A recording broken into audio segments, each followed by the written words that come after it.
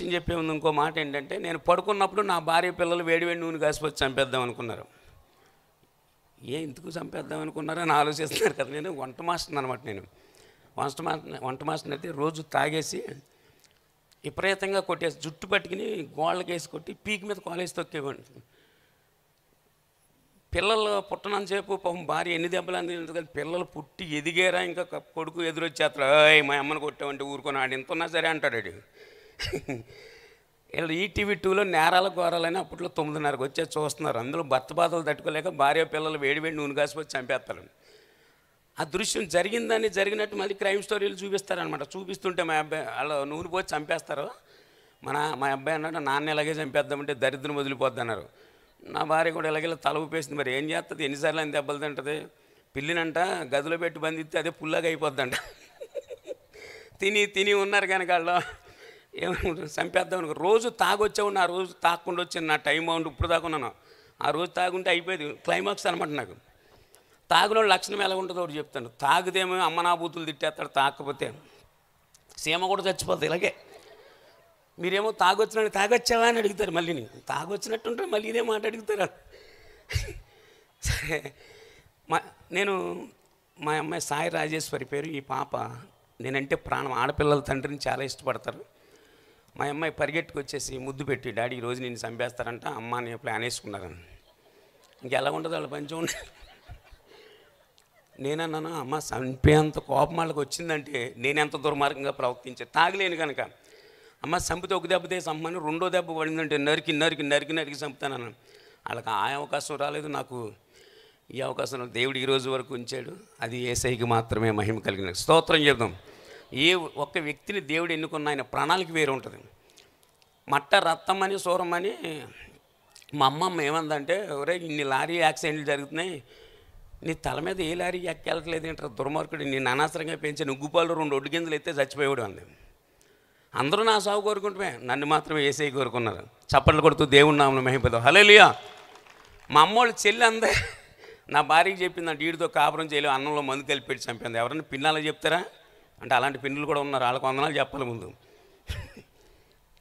సరే మంచిది. నా పేరు మారిశెట్టి లక్ష్మణరావు. మా ఊరు వచ్చి కొవ్వూరు పక్క ఉంటేనే ఆరికిరావాలనే చిన్న కుగ్రామం. మా తల్లిదండ్రులకి 4 సంతానంలో నేను 2వ 5వ సంవత్సరంలో నాన్న చనిపోయిన కారణం చేత అమ్మమ్మ తాతయ్య ఔరంగాబాద్ అనే ప్రాంతానికి తీసుకొచ్చారు. మా అమ్మగారికి వేరే మ్యారేజ్ చేసి మమ్మల్ని అందరినీ స్కూల్లో వేశారు. కానీ నేను సరిగ్గా ఉండేవాడిని కాదు. ఈ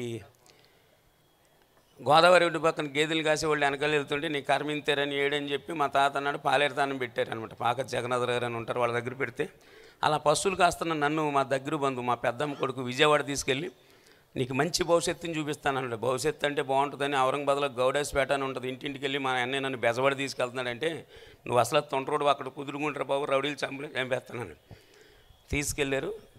విజయవాడ సున్నం బట్టీల సెంటర్ అని ఉంటుంది, అక్కడ నవోదయ టీ స్టాల్ ఉంటే అందులో కప్పులు కడిగే పనిలో పెట్టాడు. అది భవిష్యత్తు అంటే. పల్లెటూరులో గేదెలు కాసుకునేవాడికి గిల్లు ఉంటుంది కానీ కప్పులు కడిగేవాడికి గిల్లు ఉంటుందా? ఉదయం 4 గంటలకు లేపుతారు, రాత్రి 9 గంటల వరకు ప్లేట్లు గ్లాసులు మోరీ దగ్గరికి తెట్టడం కడగటం. నీళ్లు 6 గ్లాసులు నీళ్ళు తీసుకెళ్ళి తాగేవాళ్ళకి పెడితే ఈ చేతులన్నీ పాసిపోయి రాత్రిపూట నిద్ర పట్టేది కదా. ఏడుస్తుంటే మా సీనియర్స్ ఉంటారు కదా, ఎందుకురా ఒక 90 వేసే తగ్గిపోతుంది, 90 అయితే తగ్గిద్దా, 1 గంట 2 గంటల మత్తు ఉంటుంది. తర్వాత పశువు నిమ్మకాయ రాయమనేవాళ్ళు. ఈ 2 రాత్రి ఇంకా విపరీతమైన మంట వచ్చేసేది. అలాగే తాగిపోతూనే అయిపోయి 20 సంవత్సరాల వయసు వచ్చింది. మళ్ళీ సొంత ఊరు రాగానే ఈ హోటల్ ఫుడ్ బెడ్ అన్నీ బాగుండి మంచి రంగు వచ్చేసి తెల్లగా ఉన్నాను, పెళ్లి చేతితో పని అయిపోద్ది అన్నారు. చాలామంది వయసు వచ్చిన వాళ్ళకి ముందు చేసేమని పెళ్ళే కదా. కోపం వస్తే నీ పెళ్లి చేయాలంటారు, వయసు వస్తే పెళ్లి చేస్తారు. ఈ 2 ఉంటాయి. మళ్ళీ ఒక సంబంధానికి తీసుకెళ్ళారు. 2 గుర్రపళ్ళు కట్టించుకుని మరీ తీసుకెళ్ళారు. ఊళ్ళో నైట్ చెప్పి పొద్దున్న చెప్పి పిలిచి తీసుకెళ్తే సోమరాజు కొడుకు అంట భలే తెల్లగా బాగున్నాడు, అలాగే అన్నాడు. ఒక ఆయన మన ప్రేమలాస అయ్యగారు లాంటి నేను వచ్చి బెజవాళ్ళు ఏం పని చేస్తున్నావే నువ్వు అన్నాడు. హోటల్లో కప్పులు కడుగుతున్నానండి అన్నాడు. ఎవడని చెప్తాడు హోటల్లో కప్పులు కడుగుతానంటే. ఇంకొక ఆయన వచ్చి వెంకట్రావు కప్పులు కడిగేవాడికి మీ పిల్లలు ఇచ్చేస్తున్నాం అన్నాడు. అందరికీ నేను కొంచెం బూందీని లడ్డు పెట్టారు, వాళ్ళు ఎవరో తింటలేదు, ఎందుకు చెప్పండి, కతికితే ఎతకదంటే ఆ సంగతి నాకు తెలీదు. ఆ వెంకట్రావు అన్నాడు అక్కడ పెట్టేసి వెళ్ళిపోండి అన్నాడు. హోటల్లో కప్పులు కడిగే వాళ్ళకి మేము పిల్లలు మనకి అప్పుడు మొదలెట్టారు. వాళ్ళు గుర్రబండ్లు వచ్చినాడు, నీకు బుద్ధి జ్ఞానం ఉంది, ఎవడన్నా కప్పులు కడుగుతున్నామని చెప్తాడంటే ఈ మాట నాకు ముందు చెప్పాలన్నా. ఇప్పుడైతే పెళ్ళిడికి వచ్చిన అమ్మాయిలకి ఎంత ట్రైనింగ్ ఇచ్చేస్తున్నారంటే మా అమ్మాయి అంట తల దించుతానంటే ఏదట్టు వచ్చినా లేకదంట. ఒకళ్ళు అంటున్నారు అసలు మా అమ్మాయికి సెల్ ఫోన్ అంటే తెలియదంటే రాత్రి దుప్పటిగా పెట్టి చార్జ్ చేసేస్తుంది అమ్మాయి. ఎన్ని కథలు మాకు చెప్పేస్తుంటారు, మేము వినాలి కదా మరి ఎవరేం చెప్పినా. సరే అన్నాను, ఈ విద్య డబ్బులు ఉంటేనే సమాజంలో విలువ ఉంటుంది, ఆ డబ్బు సంపాదించే వరకు నేను బెజవాడి నుంచి రానని చెప్పి వెళ్ళిపోయాను. మా ఓనర్ గారు విజయవాడలో బస్ స్టాండ్ పక్కన భాస్కర్రావు పెట్టిన బందరకాలో పక్కన 3D క్యాంటీన్ అని ఒక క్యాంటీన్ పెట్టారు. అందులో 70 మంది వర్కర్స్ ఉంటారు. ప్లేట్లు కడిగే స్థాయి నుంచి డబ్బు సంపాదించాలని శ్రద్ధగా పనిచేశాను. ఒక వంట మాస్టర్ అయ్యాను అనమాట. అయిన తర్వాత మచిలీపట్నం దగ్గర పోలవరం అనే ఒక గ్రామం ఉంది. ఆ గ్రామంలో రాజులపాటి పాండు అంకమ్మ గారి కుమార్తెని వివాహం చేశారు. ఆ అమ్మాయికి ఏం చెప్పారంటే ఈ అబ్బాయి చాలా మంచోడు అన్నారు. అన్నిసార్లు మోసపోతాం ఏంటి, అలా చూస్తున్నారేంటి, రోజు తాగిపోతాడని చెప్తే పిల్లలు తన జీవితాంతం పెళ్ళి అవుతుంది. ఇంకా చేసేసారు పాపం. 14 సంవత్సరాల అమ్మాయికి నాకు 20వ సంవత్సరం పెళ్లి చేశారు. మూడో నెలలో కాపురానికి తీసుకొచ్చారు. కాపురానికి తీసుకొచ్చిన 3వ నెలలో మొదటి రోజుని డబుల్ డ్యూటీ చేశాను నేను. ఎవరన్నా భార్య వస్తుందంటే పొద్దునుంచి నిద్రవుతాం అనేది ఎదుర్కొస్తుంటాడు పెళ్ళం కోసం. రాత్రి 11ంటికి వచ్చాను. ఈ పెళ్లి కూతురు వెనకాల ఎవరో తోడగొడ్డ ఏం కొడ్డామో ఎవరో వస్తారు కదా, అలా అలా వాళ్ళు వచ్చారు కదా. పొద్దున్నే 10ంటికల్లా తీసుకొచ్చేసారు ఆ అమ్మాయిని. తీసుకొచ్చిన తర్వాత మచిలీపట్నం దగ్గర పోలవరం తప్ప బందరు కూడా అమ్మాయికి తెలియదు. విజయవాడ తీసుకొచ్చారు. తీసుకొస్తే ఏంటి మీ ఆయన ఇంకా రావట్లేదు, మీ ఆయన ఇంకా రావట్లేదని లేనిపోని టెన్షన్లు పెట్టి అమ్మాయి మైండ్ ఖరాబ్ చేశారు. నేను వచ్చేవాడిని అలవాట్లో పొరపాటు ఉన్నట్టు 90 days వచ్చేసాను నేను. ఎవరైనా ఆ రోజైనా తాకుండా వస్తే బాగుండదు. తాగొచ్చేస్తే రాగానే పాపం దగ్గరికి వచ్చేయండి, రోజు ఇలాగే వస్తారా, రోజు ఇలాగే వస్తానన్నాను. రెచ్చిపోతుంది. పట్టణ ఒకటి పీకాను. ఈ తోడగొడ్డలని ఎందుకు చెప్పానంటే వాళ్ళు వెళ్ళి పోలవరం వెళ్ళి సాటింపేసేసారు. నిరంతర వార్తా 7 TV 9 లాగా. అయ్యి బాబు ఇంకేముంది, రాజులపాటి పాండు కుమార్తె జీవితం అయిపోయిందని. మా మామగారు తాగిపోతండి మా అత్తగారిని తెక్కొడతా ఉండేవాడంట. ఆవిడ చెప్పేదంట అంకమ్మ గారు, అమ్మ భర్తలని వాళ్ళు ఇలాగే కొడతారు, భార్యలని వాళ్ళు ఇలా పడాలి, మీ ఆయన ఎన్ని కొట్టిన ఇంటి గుట్టు లంకకు చేయడం అన్నట్టు బయటికి చెప్పొద్దు అనేదంట. కొంతమంది అయితే దెబ్బ తాగలు కానీ బాబే చంపేశారంటే పరిగెట్టుకుని వచ్చాయి అర్జెంటుగా. పెళ్ళి అయ్యి 10 లక్షలు ఖర్చు అవుతుంది దగ్గర ఇంకా 3 నెలలు ఎక్కడ ఉంటుంది తెలుసా, పుట్టింట్లో ఉంటుంది. కొంతమంది తల్లిలు కాపురాలు నాశనం చేసేస్తున్నారు. సరే ఎన్ని కొట్టినా పోయి వాళ్ళ అమ్మోళ్ళకి చెప్పేది కదా. అలాగే ఉంది. ఒక బాబు పాప పుట్టారు. విజయవాడలోనే బందరకాలువ పక్కన ఫైర్ స్టేషన్ అని ఉండేది. అక్కడ దాని వెనకాల ఒక ఇల్లు కొనుక్కున్నాను. లోక సంబంధమైన భక్తి నాకు ఉండేది. 70 మంది వర్కర్స్ ఉండేవారు. అందరికీ ఒక హెడ్ కుక్లకు పనులన్నీ. అంత టాలెంట్ అంటే బజ్జీ ఇలా ఇలా ఇలా ఇలా నొక్కితే టప్ అన్ని బాల్స్. ఇప్పుడు బజ్జీ ఏమని అడుగుతారేంటి తెలియదు. అప్పుడు మొత్తం అంతా అయిపోయాక ఎగరు అంటున్నారు, బజ్జీ అలాగే ఎత్తారు చెప్పండి అన్నారు. నిరీక్షణ బాల్ మార్సెట్ అని కొడితే అందులో ఉంటుంది. మాకు వేకప్ టీం రాజమండ్రిలో ప్రేయర్ టీం ఉంది. ఒక 60 మంది ఉంటారు మొత్తం. 30 మంది పెట్టినప్పుడు 30 మంది ఒకే కంట ఉందా అన్నారు. మీరు మైసూర్ బజ్జీ చేస్తేనే మీ ఇంటికి టిఫిన్ లేకపోతే మేము టిఫిన్ చేయమన్నాను. చచ్చినట్టు వాళ్ళ కోసం మైసూర్ బజ్జీ చేసి యూట్యూబ్లో పెట్టే, నీకు ఎవరన్నా అడిగితే యూట్యూబ్ చూడండి అని. తర్వాత మళ్ళీ కొంతమంది అంటారు కదా మైసూర్ బజ్జీ కూడా ఎందుకు సేవ చేసుకోకని. మరి నేను ఎలా చేయాల్సినో తెలియాలి కదా మీకు. 50 కిలోలు అంటే చాలా కష్టం. ఎంత ఎత్తుంటుంది బస్తా. 5 కిలోలు కలపడానికి చెయ్యి ఇది అయిపోద్ది. 15 3 కలిపి 5 కిలోలు కలిపేవాడిని. 5 మందికి 500 మంది వంట చేసేవాడిని.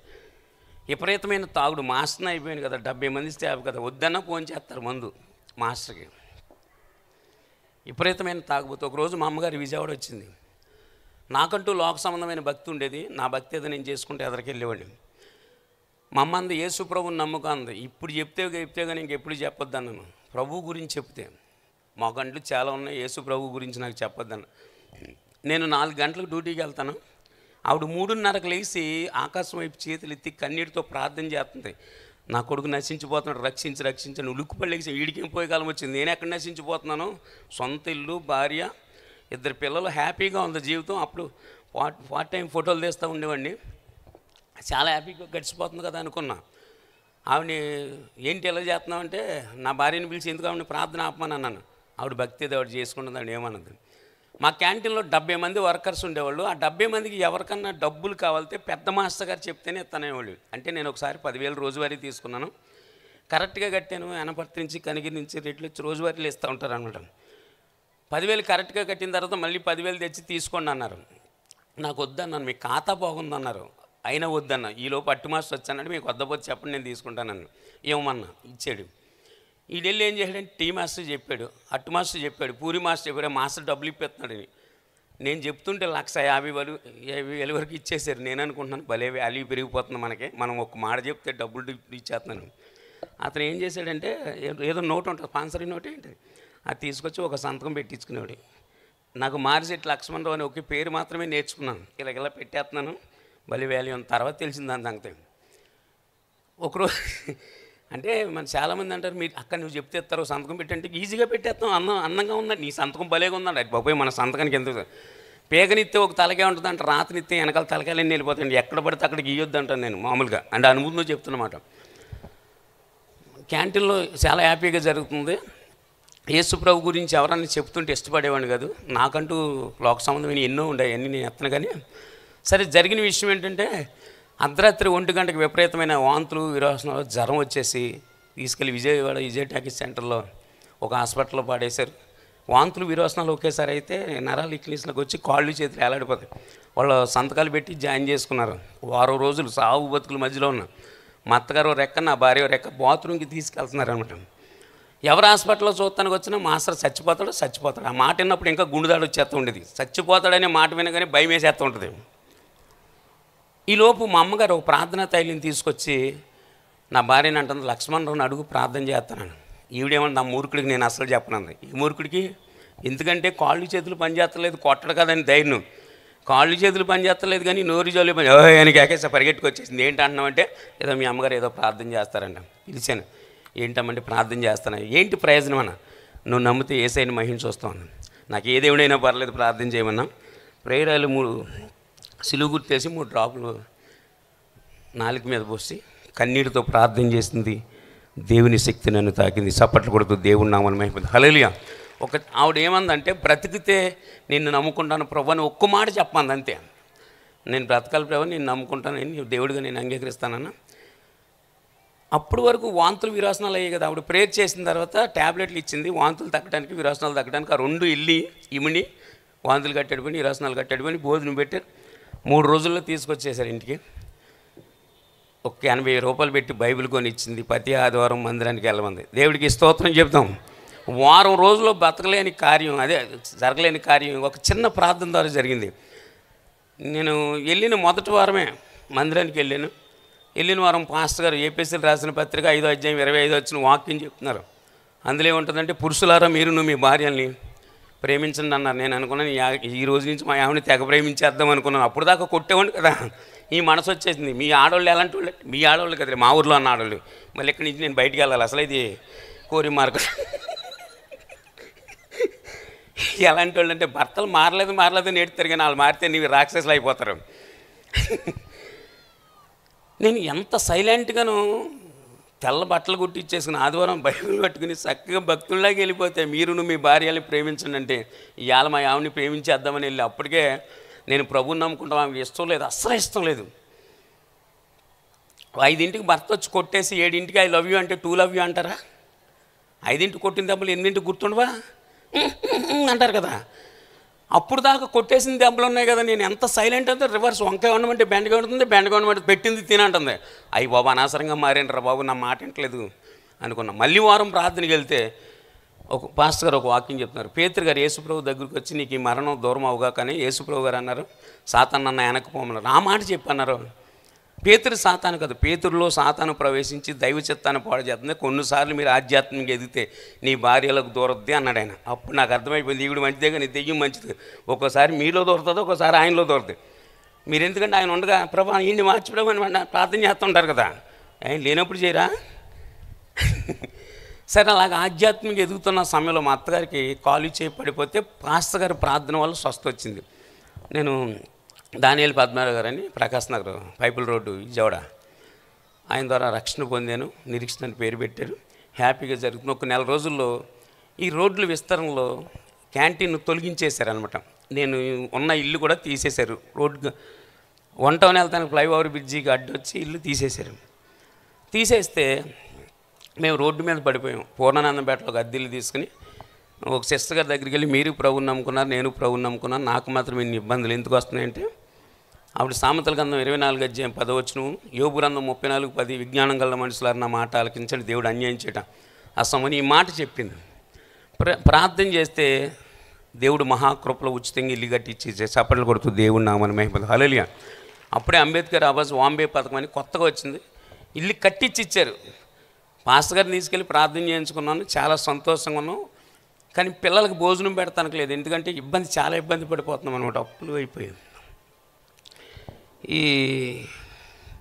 మా పిల్లలు ఆకలి ఏడుస్తున్నారు. ఇంట్లోకి తీసుకెళ్ళి నేను నా భార్య మా భార్య ఎందుకు నమ్ముకుందంటే వాళ్ళ అమ్మగారికి కాలు చేయి పడిపోతే పాస్టర్ గారు ప్రార్థన చేస్తే ఆవిడకి స్వస్థం. వాళ్ళ అమ్మ అంటే చాలా ఇష్టమంట. వాళ్ళ అమ్మగారు కూడా చెప్పారు, ప్రభువే నన్ను బాగు చేశాడు, నువ్వు కూడా ఆయన నమ్ముకున్న దేవుడిని నమ్ముకుంటే సర్లే అంది. మేము నలుగురం ప్రార్థన చేసాము. ఆమెన్ అనేలోపు ఒక ఆవిడ పార్సల్ మిల్స్ తీసుకొచ్చింది. దేవుడికి స్తోత్రం చెప్దామా. ఈ మిల్స్ చేతితో పట్టుకోగానే నాకు ఒక సందర్భం గుర్తొచ్చింది. ఎస్కే మార్ గారు, మా గురుగారు ఉన్నారు కదండి, వెంకటపాలెంలో ఉంటారు, సాయిబుల నుంచి కన్వర్ట్ అయ్యారు. ఆయన ప్రభు నమ్ముకున్న కొత్త రోజుల్లో వాళ్ళ బాబు ఇడ్లీ కావాలని అడుగుతుంటే ఇడ్లీ కొనడానికి అప్పుల్లో పావళ లేక మందిరంలో తీసుకెళ్ళి ప్రార్థన చేస్తే ఆమెన్ అనే లోపు ఒక ఆవిడ ఇడ్లీని పాలు తీసుకొచ్చిందంట. ఈ సాక్ష్యాన్ని చెప్తుంటే నేను అన్నాను, భలే కట్టుకథలు వెళ్తున్నాడు ఈయన ప్రార్థన చేస్తే ఇడ్లీ వచ్చేసిందంటే నమ్మటానికి నేనే దొరికానని ఆయన ఎగతాళి చేశాను. అది ఎప్పుడైతే పార్సల్ పట్టుకున్నానో అది గుర్తొచ్చి, క్షమించు ప్రభా, ఆయన జీవితంలో కూడా ఇలా ప్రార్థన చేసి ఉంటాడని అనుకున్నా. అది ఆమె ఒకరోజే తేలేదు, కానీ 30 రోజులు డైలీ పార్సల్ వచ్చేది. ఎంత గొప్ప దేవుడు. చప్పట్లు కొడుతూ దేవుడు నామని మహిమ. మన ప్రార్థన అద్భుతాలు జరిగిస్తుంది. సరే, అలాగ అయితే గడిచిపోతుంది. ఈ వాటలు తీసేసిన తర్వాత వాళ్ళు ఎవరైతే డబ్బులు ఇచ్చారో వాళ్ళు చూస్తే ఎవరు హోటల్ వర్కర్స్ ఇవాళ ఎక్కడ ఉంటారు, రేపు ఎక్కడ ఉంటారు, ఎక్కడెక్కడ ఉంటారు, అందరూ వెళ్ళిపోయారు. నాకు మాత్రం ఇల్లు వచ్చింది కనుక నేను ఉన్నాను. బాబు ఇక్కడ లక్ష్మణరావు మాస్టర్ గారు ఉంటారంటే అడ్రస్ చూపించేశారు. వాళ్ళు వచ్చి ఏమంటే మీరు మా డబ్బులే ఉన్నారు, మీరు నాకు ఇవ్వలేదంటే మీకు ఇవ్వలేదు, కానీ మీరు మధ్యవర్తుకుంటే ఇచ్చాం, ఇదిగో మీ సంతకాలు ఇవి అని చెప్పి ఒకటి కేసు పెట్టేస్తాం, ఒకటి మనుషులను అప్పు చెప్పండి, డబ్బులు అప్పు చెప్పండి. వీళ్ళు దొరకరు, మనుషులు దొరకడం, డబ్బులు లేవు. ఈ ట్యాక్స్ తట్టుకోలేక ఆత్మహత్య చేసుకుని చనిపోదామని 12 ట్యాబ్లెట్లు నేను రెడీ చేసుకున్నాను. ఈ స్పందన ఒకటి ఉండేది. వాళ్ళు వచ్చి 2 వారాల మట్టి డబ్బులు కట్టలేదని నా భార్యని వాళ్ళు తీసుకెళ్ళారు. పిల్లలు పైపుల్ రోడ్డు స్కూల్లో ఉన్నారు, నేను ఒక్కడే ఉన్నా. తలుపు వేసుకుని 12 ట్యాబ్లెట్లు ఓపెన్ చేస్తున్నాను. ఈలోపు మాకు ఇలా డోర్ కొట్టి తీసాను. మీ ఆవిడ ఎదురంటే ఇలాగ స్పందనలు తీసి, సరే ఆ గొడవ నాకు ఎందుకు, కానీ నాకు 15,000 వాళ్ళు ఇప్పుడు ఎత్తా ఉంది. ఆ డబ్బులు లేకే కదా అక్క ఇలా చచ్చిపోదామని ఇగో లెటర్ డబ్బులు ఇలా పెట్టుకున్నానండి, నువ్వు ఎలా చచ్చిపోతే నాకు ఎందుకు, నా డబ్బులు నాకు ఇచ్చి చచ్చిపోయింది. మళ్ళీ సలహా ఇచ్చింది, పేన కూర వేసుకుంటావు, ఏండ్రిని తాగుతావు, రైలు పట్టాల కింద పడతావు, నాకు అనవసరం, కానీ డబ్బులు ఇచ్చి చచ్చిపోయింది. ఇక్కడే ఉండి ఇప్పుడే వస్తాను, డబ్బులు తెస్తాను. నేను రామకృష్ణాపురానికి ఈ వాంబే కాలనీకి మధ్యలో మన రాజమండ్రి వచ్చే లైన్ ఉంటుంది, పట్టాల మీద వెళ్ళి పడుకున్నాను అనమాట. కోపం మీద ఒక 90 క్వార్టర్ తాగితే చచ్చిపోయేవాడిని. కోపం మీద వెళ్ళి పడుకున్నాను. ఈలోపు పడుకున్నవాడిని ఏ ట్రైన్ ఎటు వస్తుందో అటు చూడకూడదు, అటు చూస్తే సరిపోద్ది. ట్రైన్ వచ్చేటప్పుడు చూస్తున్నాను, డబ్బు అంటే వచ్చేస్తుంది. ఆ సౌండ్కి పరిగెట్టుకుని వచ్చేసాను ఇంటికి. వెనకాల ట్రైన్ తరుగుతున్నంత పరిగెట్టుకు వచ్చేసాను నేను. ఈవిడంటే డబ్బులకి బ్లడ్కి చంపేస్తాను, అంత కోపం వచ్చేసింది. ఆవిడ వెళ్ళిపోయింది, తిట్టుకుంటూ పోయింది. వాళ్ళకి ఇద్దరికీ గొడవ ఏంటంటే మీ తమ్ముడి దగ్గర 15,000 తెస్తేనే ఇంటికి లేకపోతే రావద్దని చెప్పి ఔరంగాబాద్లో గొడవ పెట్టి పంపిస్తే 6:30 ప్యాసింజర్ ఎక్కువ వచ్చేసింది ఆవిడ. తర్వాత చెప్పింది ఈ గొడవ అంతా. అయితే ఆమె వెళ్ళిపోయిన తర్వాత మళ్ళీ తలుపు వేసుకున్నాను. ట్యాబ్లెట్లు అలాగే. అంతకుముందు ఫ్రెండ్ మహేష్ అని లోకో పైలట్ అనమాట, నా ఇద్దరం సాయిబాబులో ఫ్రెండ్స్ అనమాట. నా దగ్గరికి అన్న కొంచెం చాలా ఇబ్బందిగా ఉంది, 1,50,000 రూపాయలు మీరు ఇవ్వండి, నేను నెల ఏదో కట్టుకుంటానండి. సరే నీకు ఇస్తాను, కానీ నువ్వు పట్టుకున్న బైబిల్ విడిచిపెట్టామన్నాడు. నేను అన్న చెత్త సలహాలు చెప్పొద్దు, ఇస్తే ఈ లేత లేదన్న. ఈ లోపు వాళ్ళ ఆవిడ పేరు పార్వతీదేవి వచ్చి సలహాలు ఎత్తానికి పని చేయనప్పుడు 1,50,000 ఎత్తానికి ఎందుకు పని చేస్తాం, ప్రార్థన చేసి మహేష్బాబుని అడుక్కోంది. ఆ మాట గుర్తొచ్చి, నిజంగా అన్నిరాలు చెప్పిన మాట గుర్తొచ్చి, మోకలేసి అయ్యా నువ్వు 1,50,000 ఇస్తే నేను బ్రతుకున్నంతకాలం నీ సేవ చేస్తాను ఒక తీర్మానం చేసుకున్నాను ప్రభు దగ్గర. 33:3 ఉంటుంది, నువ్వు నాకు మొరపెట్టి నీకు ఉత్తరం ఇస్తానని కన్నీటితో ప్రార్థన చేశాను. అలా ప్రే చేసి కన్నీళ్ళు అలాగే కారిపోతున్నాయి. ఒక్క నిమిషం ఇలా ట్యాబ్లెట్ల దగ్గర చేయలేదు, కానీ నోటి దగ్గరికి రావట్లేదు, దేవుడి గప్పచొప్పుకి రాని. ఇలా పడుకుని అలా చూస్తున్నా, ఎవరూ లేరు. నేను ఒక్కడున్నాను. సిలువాకారంగా కనపడుతుంది నాకు. నేను అనుకున్నాను సిలువ అంటేనే శ్రమలు గుర్తు, నాకేమన్నా శ్రమలు తక్కువ ఉన్నాయంటే నాకు స్వరం వినపడుతుంది, నా కృప నీకు చాలని. చప్పట్లు కొడుతూ దేవుడు నాకు మనం మహింపదు. హల్లెలూయా. మరి నీ కృప ఉంటే నేను ఎందుకు ఇలా చనిపోవాలనుకుంటాను అని నేను మనసులో అనుకుంటే నేను నిన్ను చనిపోమన్నాను. నేను ఎన్నుకున్నాను. రామకృష్ణాపురంలో సత్యానందం అని శాంతారత్న గారు అని పాస్టర్ గారు వాళ్ళ దగ్గరికి వెళ్ళమని ఆ స్వరం చెప్పక విన్నా. వెంటనే లెటర్ తీసుకుని వెళ్ళాను. పాస్టర్ గారు చదివి ఏంటి నిరీక్షణ, ఇలాంటి తెలుగు తక్కువ పని చేస్తున్నావు అంటే అప్పులు బాధ, తట్టుకోలేకపోతున్నానంటే ఆయన అన్నాడు, కమిషనర్ దగ్గరికి వెళ్ళి అందరి మీద కేసు పెట్టేద్దామన్నాడు. నాకు ఎవరి మీద కేసు పెడతాం ఇష్టం లేదన్న. మరి ఏం చేస్తామంటే అది మీరు చెప్పండి, మరి ప్రభు పంపారు కదండి. వారి భార్య భర్తలు కన్నీటితో ప్రార్థన చేసి వారు అన్నారు, గవర్నమెంట్ వారు ఉచితంగా ఇల్లు ఇచ్చారు కదా, అమ్మేసుకుని తీర్చుకో, ఈ మాత్రం చనిపోవడం అవసరం లేదని ఇంటికి వచ్చి 4 రోజులకి సరిపడా సరుకులు ఇప్పించి నా భార్యకి కూడా చెప్పారనమాట. సరే ఇల్లు అమ్ముకుని మేము కొవ్వూరు ఔరంగాబాద్ వచ్చేద్దామని ప్లాన్ చేసుకున్నాం. ఈలోపు మా ఓనర్ గారు రాజీవ్ గాంధీ పార్క్లో 3D టిఫిన్, ఇప్పటికీ బస్ స్టాండ్లో 51 నెంబర్ ప్లాట్ఫామ్ మీద ఉంటుందండి 3D క్యాంటీన్ని. దస్తగిరి గారు మా ఓనర్ గారు అనమాట. క్యాంటీన్ పెట్టి, లక్ష్మణరావు రేపు వచ్చి డ్యూటీ ఎక్కడ, మన క్యాంటీన్ కొత్తగా ఓపెన్ చేస్తున్నాం అంటే, లేదన్నా మేము కొవ్వు వెళ్ళిపోదాం అనుకుంటున్నాం. ఏంట్రా నీకు ఇబ్బంది అని, కొన్ని అప్పులోనే అన్నాను. నీకు ఎంత డబ్బులు కావాలో అంత ఇస్తాను, నువ్వు వచ్చి డ్యూటీ ఎక్కాను. ఆయన దగ్గర 25 సంవత్సరాలు ప్లేట్లు కడిగే స్థాయి నుంచి వంట మాస్టర్ వరకు అసలు అన్ని సంవత్సరాలు ఎవరో పని చేయరు, అంత బాగా చూసుకునేవాడు ఆయన. చేసాం. సరే వస్తానని అని చెప్పి ఆయన మాట కాదని లేక తెల్లరెళ్ళి డ్యూటీ ఎక్కాను. 2 రోజులు డ్యూటీ చేసిన తర్వాత లక్షణాన్ని పిలిచాడు. వెళ్ళాను. అరే నీకు ఎంత కావాలో డబ్బులు అన్నాడు. 1,50,000 కావాలి. చెప్పడానికి ధైర్యం చాలక ఒక 70,000 కావాలంటే 7 కట్టలు ఇచ్చాడు. చప్పట్లు కొడుతూ దేవుడు నామన మహిమద. వాటర్లో పని చేసేవాళ్ళకి 5,000 ఇమ్మంటే ఎవరు, 10,000 ఇమ్మంటే ఎవరు, 70,000 ఇచ్చారు. 70,000 చేతితో పెట్టుకుని ఇంకో 70 అడిగేద్దాం అనుకున్నాను, కానీ భయం వేసుకుని లాగేస్తాడే. నేను ఒకటి మాత్రం అడిగాను, నాకు ప్రతి ఆదివారం సెలవు కావాలండి అన్నాను. 1,00,000 కావాలంటే ఇస్తాను కానీ సెలవు మాత్రం ఏమనరా అన్నాడు. అయితే ఈ 70,000 కూడా అవసరం లేదన్నా, నాకు సెలవు ఇస్తేనే కావాలన్నా. ఎందుకు నీకు సెలవు అని అడిగి, నేను ప్రభువుని నమ్ముకున్నాను, నేను ఆదివారం మందిరానికి వెళ్ళాలి. సరే సెలవు అయితే ఇవ్వలేను కానీ శనివారం నైటు పగలు వాడు చేస్తాడు, ఆదివారం నైటు పగలు, ఆదివారం నైటును సోమవారం పగలు నువ్వు చేయని, అదే అడ్జస్ట్ అవ్వమన్నాడు అన్నాడు ఇంకో మాస్టర్ని. సరే అన్నాం. ఆ 70,000 పెట్టి ఇంటికి వచ్చాను. నా భార్య ఆశ్చర్యపోయింది. ఇంకా ప్రతి ఆదివారం మందిరానికి 10 గంటలకు ప్రార్థన అంటే 9 గంటలకు వచ్చి కూర్చునేవాళ్ళం. పాస్టర్ గారు పిలిచి ఫస్ట్లో మంట తర్వాత తంట అన్నాడు. అంటే రక్షించబడి కొత్త రోజుల్లో ముందు వచ్చేస్తాంలే. అలాగే ఆధ్యాత్మిక ఎదుగుతున్న సమయంలో దేవుడు ఒక దర్శనాన్ని చూపించి, ఆ దర్శనం ఏంటంటే నేను ఎక్కడికి పరిగెట్టుకెళ్తుంటే అక్కడ ఆకాశం నుంచి ఒక వెలుగు నా మీద చుట్టూరు సర్కస్లు వేసిన లైట్ ఉంటుంది కదా, అలాగా పరిగెట్టుకెళ్ళి బందరకాలలో దూకేసాను. ఆ లైట్కి భయపడి ఆకాశం నుంచి స్వరం వినపడుతుంది, నా కుమారుడ ఎన్నుకున్నాను నా సేవ చేయనండి. ఏమీ అర్థం కాలే. ఈ మాట ఔరంగాబాద్లో ఉన్న మా అక్కకు ఫోన్ చేసి అడిగా. అప్పుడు ఆవిడ ఏం చెప్పిందంటే, ఔరంగాబాద్లో జానరత్నమయ్య గారు అని ఒక పాస్టర్ గారు ఉన్నారు, వాళ్ళ సంఘంలో పాకా సూరిబాబు అని ఆ అబ్బాయికి ప్రభు దర్శనం చూపించి అన్నవరపాడు అనే ప్రాంతం సేవకి వెళ్ళమని చెప్పారంట. ఆ మాట వినపోవటం వల్ల మరణకరమైన రోగం రావటం, హాస్పిటల్లో సావు బతుకుల మధ్యలో ఉంటే ఈ దైవజనులను జానరత్నమయ్య గారు వెళ్ళి ప్రార్థన చేసి అన్నాడంటే, నాన్న దేవుడి దగ్గర ఏమన్నా తప్పులు ఒప్పుకోవాల్సి ఉంటే ఒప్పుకో, ప్రభు క్షమిస్తాడంటే, లేదయ్యా నన్ను అనవరపాటు సేవకి వెళ్ళమన్నాడు, నాకు ఇష్టం లేక మీకు ఎవరికి చెప్పలేదంటే, అయ్యో ఇప్పుడైనా నువ్వు ఒప్పుకుంటే సరే ఒప్పుకుని నేను సేవ చేస్తాను ప్రభు అంటే బ్రతికాడంటే ఆయన అనవరపాడులో సేవ చేస్తున్నాడు ఇప్పుడు కూడా. ఈ మాట చెప్పింది మా యొక్క. ఇవన్నీ నా ఎందుకు చెప్తుంటే, నీకు పిలుపు ఉందన్నావు కాబట్టి ఎక్కడ సేవ చేయాలి ప్రభు అని 3 రోజులు ఉపవాసం ఉండి అడగమంది. ప్రభు నన్ను మరణాన్ని బ్రతికించాడు కనుక నేను డ్యూటీ చేస్తాను, 3 రోజులు ఉపవాసం ఉండి 3 గంటలకు లెగిసి తెల్లారగట్ల ప్రభు నేను ఎక్కడ సేవ చేయాలి, ఎక్కడ సేవ చేయాలి కన్నీటితో ప్రార్థన చేస్తున్నాను. ఆ ప్రార్థనలో ఉండగానే ఒక వ్యక్తి వచ్చి ఆ రోడ్గమ్ రైలు బ్రిడ్జి పక్కన శ్రీనివాసపురం బ్రిడ్జిపేట అంటారు కదా, ఆ ఏరియాలో అంతా చూపించి నువ్వు ఇక్కడే నువ్వు సేవ చేయవలసిందని చెప్పి వెళ్ళిపోయాడు. తీరా చూస్తే నేను విజయవాడ వాంబే కాలనీ జీన్ 49 ఇంట్లోనే ఉన్నాను. ఈ మాట నా భార్యకి చెప్పాను. సరే మీరు సెలవు చెప్పరండి, కొవ్వూరు వెళ్దాం ఒకసారి చూసి వద్దాం అంది. ఓనర్ గారు 10 గంటలకు వస్తాడు సెలవు చెప్పడానికి. వెళ్ళాను, రెమ్మని భయానికి వేసాను, భయ ఈరోజు ఒక రోజు సెలవు కావాలంటే వెళ్ళి గణపతికి చెప్పు, వాడి చేస్తే నువ్వు ఇష్టం అన్నాడు. అన్నది చెయ్యండి ఈరోజు ఒక సెలవు అంటే, సరే నేను చేస్తాను తమ్ముడు నువ్వు వెళ్ళి అన్నాడు. పొద్దున్నే రత్నశాల ఉంటుంది, వచ్చాం 9 గంటలకు చూసాం. ఇక్కడ ఏమైనా చర్చిలు ఏమైనా ఉన్నాయంటే హానోక్ గారి చర్చ్ ఒకటి ఉందన్నారు. ఈ మాత్రం దానికి ప్రవీణ్ నన్ను పిలిచాడని కొన్ని బాధతో ఔరంగాబాద్ వెళ్ళి అక్కడికి 15,000 ఇచ్చి మళ్ళీ అదే రత్నశాలకి వెళ్ళిపోవాలి మేము. ఈ లోపు జరిగిన ఫోన్ వచ్చేస్తుంది. ఏంటంటే ఆ మాస్టర్కి చెప్పాను కదా డ్యూటీ చేయమని, ఆయన 1000 రూపాయలు అడిగితే ఓనర్ గారు ఇవ్వలేదంట.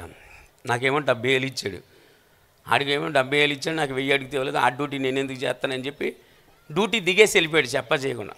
ఆ స్థానంలో మాస్టర్లు లేక కాళేశ్వరం మార్కెట్ అని ఏలూరు లోకల్ దగ్గర హోటల్లో పనిచేసేవాళ్ళు ఉంటారు, ఎవరినో తీసుకొచ్చి పెడితే వంటలన్నీ చెడగొట్టేసాడు. కస్టమర్లు టోకుని తీసుకెళ్ళి టేబుల్ మీద కూర్చుంటారు, ఐటెం బాగోలేదని కౌంటర్ దగ్గరికి వచ్చి గొడవ పెట్టుకుంటే ఈ లోపు ఓనర్ గారు వచ్చి ఏంటి గొడవ అంటే ఐటెం బాగోలేదంట. లక్ష్మణరావు గారిని పిలవమన్నాడు ఆయన ఓనర్. నేనే కదా లోన్ ఉంటాను. రాత్రికి 70,000 పట్టుకుని ఇల్లు అమ్ముకుని పారిపోయాడు అనే మాట మా ఓనర్ గారికి చెప్తే ఫోన్ చేసి అన్నాడు, సాయంత్రానికి విజయవాడ రావుతుంది 2 కాళ్ళు తీసేస్తాను అని విపరీతంగా తిట్టేశాడు. ఆయన కిచెన్లో తీసుకెళ్ళి ఎలా కొడతాడు నాకు తెలిసి, ఎవరైనా పారిపోయి డబ్బులు పట్టుకుని పారిపోతే దొరికితే విపరీతంగా కొట్టేసేవాడు ఆయన. చంపేస్తానన్నాడు. భయం వేసి నేను ఫోన్ పెట్టేసి నా భార్యతో చెప్పాను, విజయవాడ వెళ్తే చంపేస్తాడను, నువ్వు వెళ్ళి ఇల్లు అమ్మేసి డబ్బులు ఇచ్చి నేను రానని చెప్పి ఫోన్ పెట్టాను. సరే ఆవిడ విజయవాడ వెళ్తానికి బయలుదేరింది. విశాఖపట్నం నుంచి ఫోన్ అయ్యా ఒక 5 నిమిషాలు 10 నిమిషాలు ముగిచ్చేస్తాను. విశాఖపట్నం నుంచి నాకు ఒక ఫోన్ వస్తుంది. వీళ్ళు నేను రామకృష్ణ నగర్ అని సౌదరి గారు ద్వారకా నగర్ బస్ స్టేషన్లో శివరామ ఫాస్ట్ ఫుడ్ అని ఒక 5,000 అమ్మిద్దండి, చిన్న క్యాంటీన్ అది. అక్కడ నా ఫ్రెండ్ వేరే సమయం ఒక మాస్టర్ ఉన్నాడు. ఆ మాస్టర్ చెప్పాడంటే ఏమన్నా మంచి మాస్టర్ ఉంటే చెప్పండి, మైసూరు బజ్జీ గట్ట బాగా వేసేవాళ్ళు, మనం ఎంత కావాలితే అంత అడ్వాన్స్ ఇస్తామంటే లక్ష్మణరావు అని ఒకడు ఉన్నాడండి, అడిగి డబ్బు పిచ్చి ఎక్కువ, మీరు అడ్వాన్స్ ఇస్తే వచ్చేస్తాడంటే అప్పుడు ఫోన్ చేశాడు అతను. మాస్టర్ నీకు ఎంత కావాలితే అంత ఇస్తాను, వస్తా అంటే నేనేం వైజాగ్ వెళ్ళాను, నా భార్య విజయవాడ వెళ్ళింది. అసలు ఇక్కడికి వచ్చింది దేనికంటే దేవుడు చూపించిన ప్రాంతం ఉందో లేదో చూస్తాను. వచ్చేమో శత్రువు అని అపవాది సెలరేగిపోయి మా ఓనర్ని రేపాడు. వెళ్ళి వైజాగ్ వెళ్ళిపోయాను. 2 నెలలు పనిచేశాను. ఒక ఏటీఎం కార్డు ఇచ్చి పిన్ నెంబర్ చెప్పి 15,000 రూపాయలు క్యాష్ ఇచ్చి నీకు ఎంత కావాలో అంత డ్రా చేసుకున్నాడు. ఈ లోపు నా భార్య ఇల్లు అమ్మేసింది. విజయవాడ వెళ్ళి అప్పులన్నీ తీర్చుకుని నేను నా భార్య 2 పిల్లలు, మా అత్తగారు కూడా మాతో పాటు ఉండేది తీసుకుని వైజాగ్ వెళ్ళిపోయి ఆసిల్మేటలో ఒక అద్దెలు తీసుకుని ద్వారకా నగర్లో పిల్లల్ని స్కూల్లో జాయిన్ చేసి నేను వాటిలో జాయిన్ అయిపోయాను. ఒక్క 4 రోజులు అయింది. కుటుంబ ప్రార్థన చేసుకుంటున్నాం. మా అత్తగారు బిగ్గరగా కేకేసి మీరు ఇక్కడ ఉండొద్దు, దేవుని సేవకి ఊరు వెళ్ళిపోండి అని చెప్పి కొప్పుకూలిపోయింది, కాలు చేయి పడిపోయింది. కేజీహెచ్ హాస్పిటల్కి నైట్ తీసుకెళ్తే తెల్లారి చనిపోయే ముందు నా భార్య నా ఆవిడ చేతులు ఎంచుకుని మీరు సేవకి వెళ్ళిపోండి ఇక్కడ ఉండొద్దని చెప్పి చనిపోయింది. ఓ 2 రోజులు 3 రోజులు సెలవు పెట్టి ఎడితే కూర్చున్నాం. మా ఓనర్ గారు అన్నారు నా కార్డులో 50,000 ఆడేసావు, వస్తే డ్యూటీకి రా లేకపోతే నా 50,000 ఇచ్చాను. 50,000 ఇవ్వలేక నా భార్య క్యాషియర్గా నేను వంట మేస్గా జాయిన్ అయిపోయాం. సంవత్సరం గడిచింది. 5,000 అమ్మే వాటిలో రోజుకు 30,000 అమ్ముతుంది. సప్పట్లు కొడుతూ దేవుడు నామని మహిమ. ఏ సేవా గృహంలో ఉంటే ఇల్లు ఆశీర్వదించబడింది బైబిల్లో చదువుకున్నాను, కానీ విపరీతమైన వ్యాపారం పెరిగిపోయింది. అంటే మైసూరు బజ్జీ విజయవాడలో ఉన్న క్వాలిటీ వైజాగ్లో ఉండేది కదా. డైమండ్ పార్క్ అని అక్కడ సాయిరాం పార్లర్ అని అక్కడ బాగుంటుంది టిఫిన్. తర్వాత ఇక్కడికి వచ్చేవాళ్ళు వాళ్ళు కూడా మంచి క్వాలిటీగా ఇచ్చేవాడు అనమాట ఆయన. డెంగ్యూ ఫీవర్ వచ్చి ఒక వారం రోజులు ప్లేట్లెట్స్ పెట్టి హాస్పిటల్లో ఉంటే మా ఓనర్ గారు అన్నాడు నా 50,000 నాకు ఇచ్చే అన్నాడు. 50,000 ఇచ్చేయమంటే రాత్రి కన్నీటితో ప్రార్థన చేసుకుని ఏంటి ప్రభు డబ్బుకి విలువ ఉంది కానీ మనిషికి విలువ లేదంటే ఆ రాత్రి ఒక దర్శనం ఏంటంటే కొత్త గోదావరిలో నేను ఒక్కడనే కొట్టుకుని వెళ్ళిపోతున్నట్టు. యేసయ్య అంటే టక్కన ఇలా చేయబట్టుకు నీటి మీద నిలబెట్టి అనేక మంది నశించిపోతున్నారు నా గురించి చెప్పని ఒక దర్శనం నేను చూశాను. ఈ మాట మా ఓనర్ చెప్పాయి, నాకు సేవ పిలుపు ఉంది, సేవకి వెళ్ళి అదే ఈ బుక్ మీద సింబల్ పెట్టడానికి గల కారణం ఇదే అనమాట. వెళ్ళిపోతానంటే ఆయన నువ్వు ఎక్కడికి వెళ్తే నాకెంతకైనా 50,000 ఇచ్చాను. 50,000 ఇవ్వలేక డ్యూటీలో జాయిన్ అయ్యాం. 2 సంవత్సరాలు అయింది. 5,000 అమ్మే వాటిలో 30,000, రోజుకి 50,000 అమ్ముతుంది. సప్పట్లు కొడుతూ దేవుడు నామని మహిమ. హల్లెలూయా. నేను నా భార్య క్యాషియర్ కదా, 10 గంటలకి వ్యాపారం తక్కువ ఉన్నప్పుడు టిఫిన్ చేస్తానికి వస్తుంది. నేను మైసూరు బజ్జీ ఇలా వేసేస్తున్నాను. మంచి రౌండ్ బాల్స్ లాగా ఉన్నాయి, ఓపెన్ చేస్తే తెల్లగా ఉంటుంది, బ్రెడ్ లాగా ఉంటుంది అనమాట, బెజ్జలు. నేను అన్నాను ఈ ఓనర్ గారు నా వల్ల ఎంత గొప్పడయ్యాడన్న, నువ్వు మరీ అంత ఎక్కువ బజ్జీ అతనికి పని చేయకుండా పోతామని. టాలెంట్ ఉంటే భూమి మీద ఉన్నాం కదా మనం. సామెతల గ్రంథం 16 అధ్యాయం 5వ వచనంలో ఒకటి మాట ఉంటుంది, గర్వహృదయులందరూ యెహోవాకేలి వారు నిత్యముగా. నేను అంటాను సరే మంచి మెకానిక్ ఉన్నాడని ఒక బండి అని నింపేస్తాడు కానీ ఎప్పటికీ బిగించడు కదా. ఒక టాపీ మిత్రాన్ని సరే 20 ఇల్లు ఒప్పుకుంటాడు, ఇల్లు పూజ చేయడు, మా పారిపోతాడు, తర్వాత చావాలి.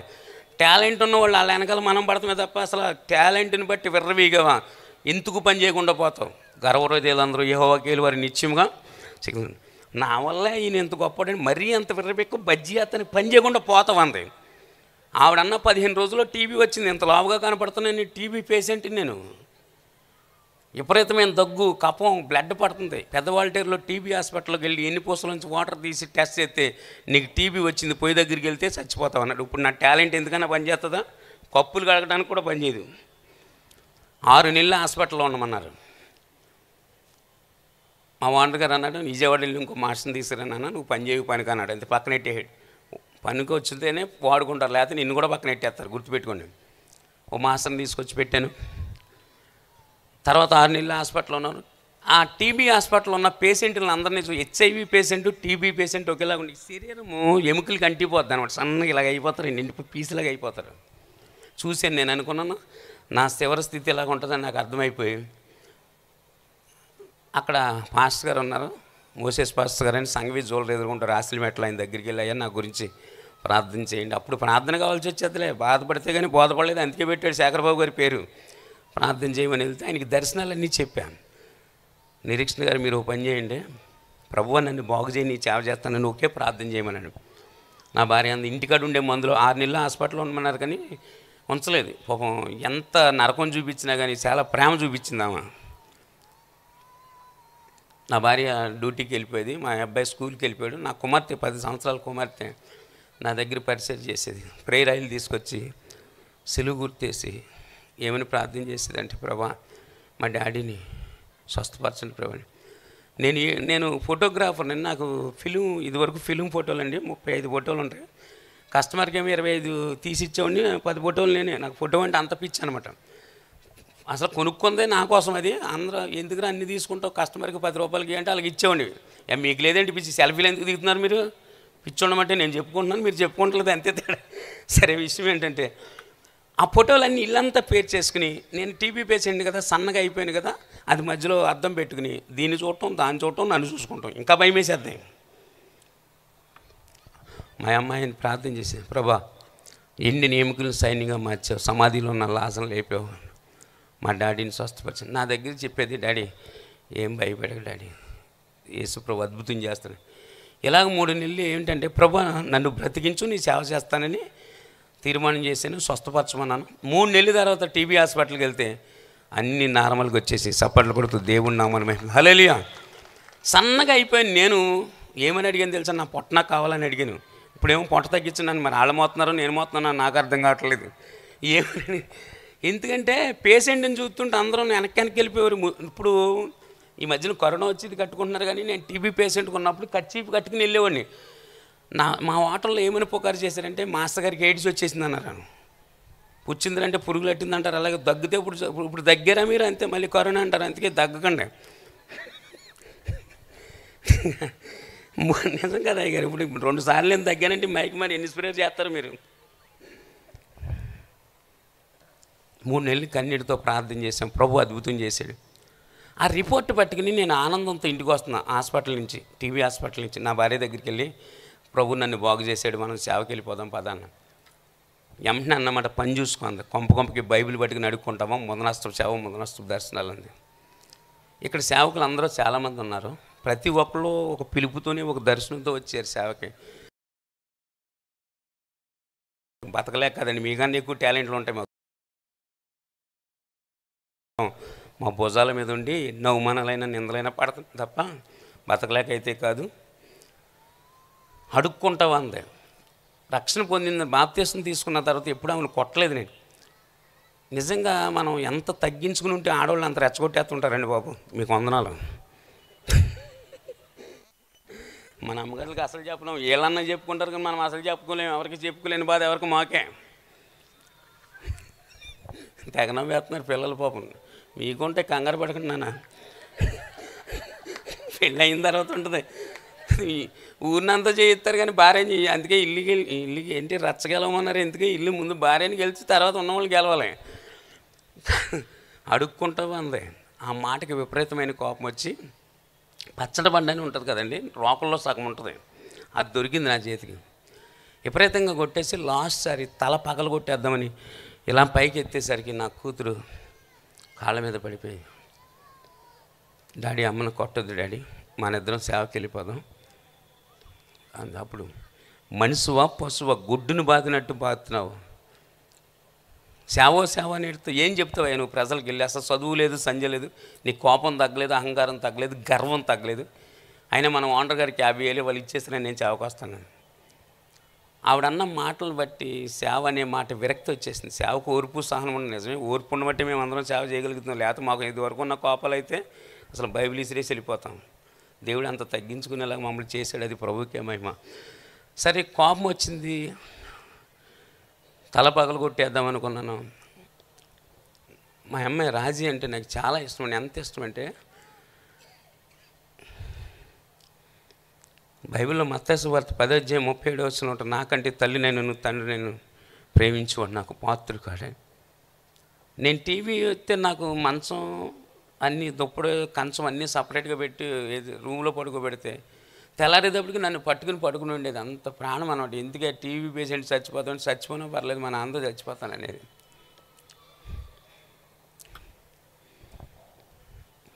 కాళ్ళు పట్టుకుని బతిమాలింది, డాడీ అమ్మను కొట్టద్దు డాడీ, మన ఇద్దరం సేవకి వెళ్ళిపోదాం, అన్నయ్య నా అమ్మాయి ఇక్కడ ఉంటారని.